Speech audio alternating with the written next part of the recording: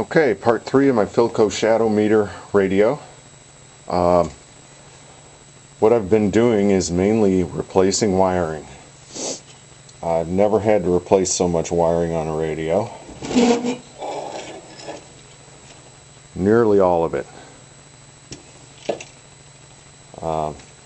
The other thing I wanted to point out, if anybody else ends up doing one of these guys,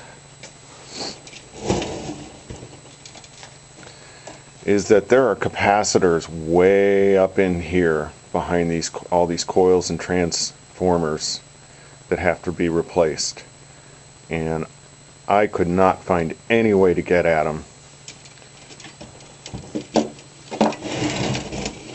except to detach this top plate,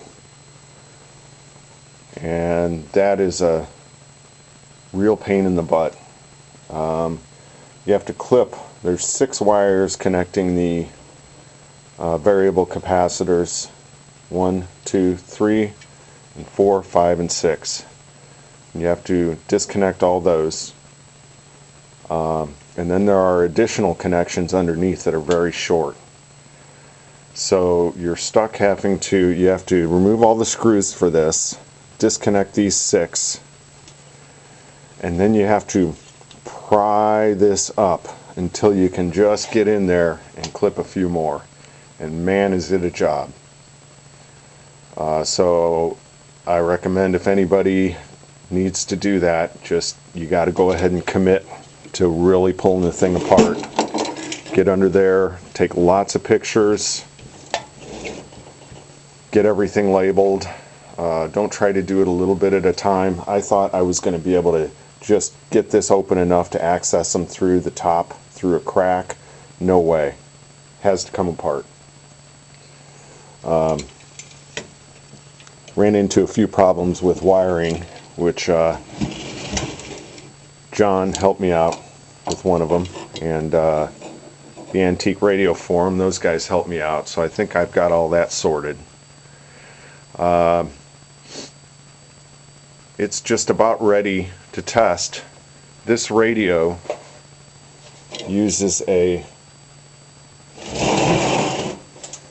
old-fashioned electrodynamic speaker, and it has to be hooked up to the radio to run the radio because it's part of the circuitry. It uses a electrodynamic magnet, an electric magnet, rather than a permanent magnet. So we've got to make a few repairs.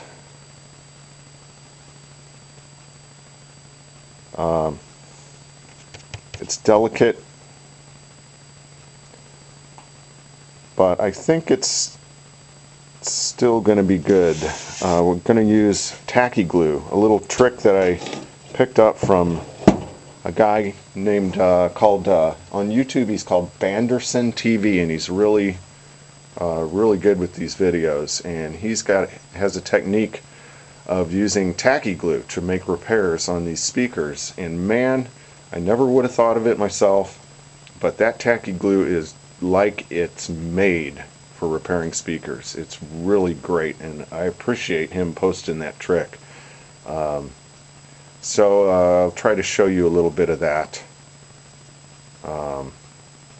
in the next video. And I guess that's all I got for now. Thanks. Have a good day.